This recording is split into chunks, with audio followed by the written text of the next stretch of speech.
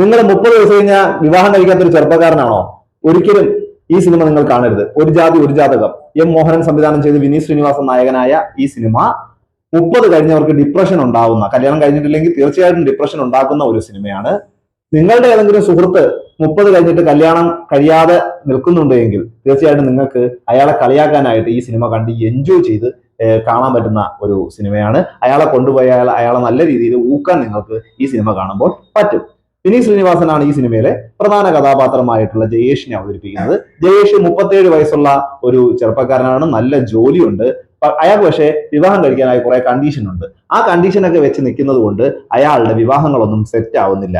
മാട്രിമോണിയിലൊക്കെ കൊടുത്തിട്ടുണ്ട്, പക്ഷേ വിവാഹങ്ങളൊന്നും സെറ്റ് ആവുന്നില്ല.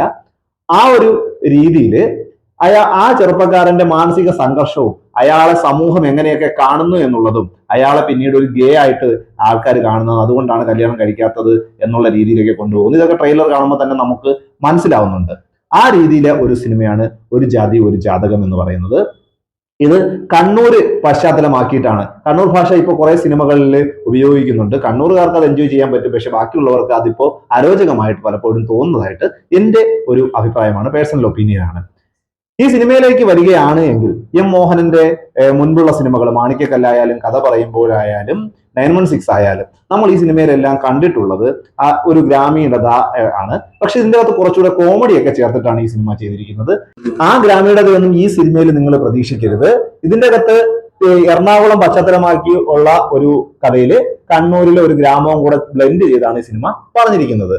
കണ്ണൂരുകാരനായിട്ടുള്ള വിനീത് ശ്രീനിവാസന്റെ കഥാപാത്രം എറണാകുളത്ത് ജോലി ചെയ്യുന്നു.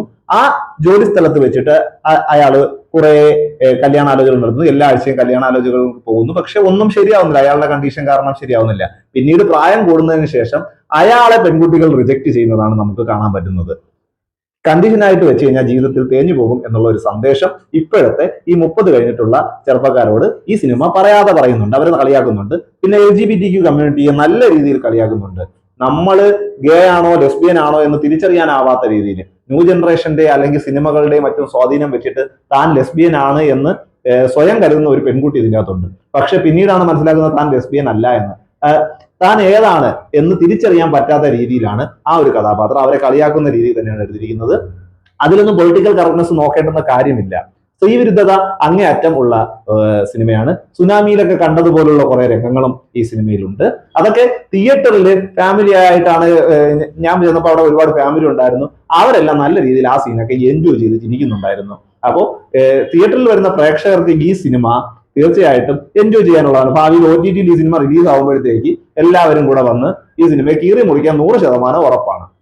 ഗുരുവായൂർ അമ്പല നടയിൽ എന്ന് പറയുന്ന സിനിമ നിങ്ങൾ തിയേറ്ററിൽ കണ്ടു. തിയേറ്ററിൽ കണ്ടത് വൻ ഹിറ്റ് ആയിരുന്നു.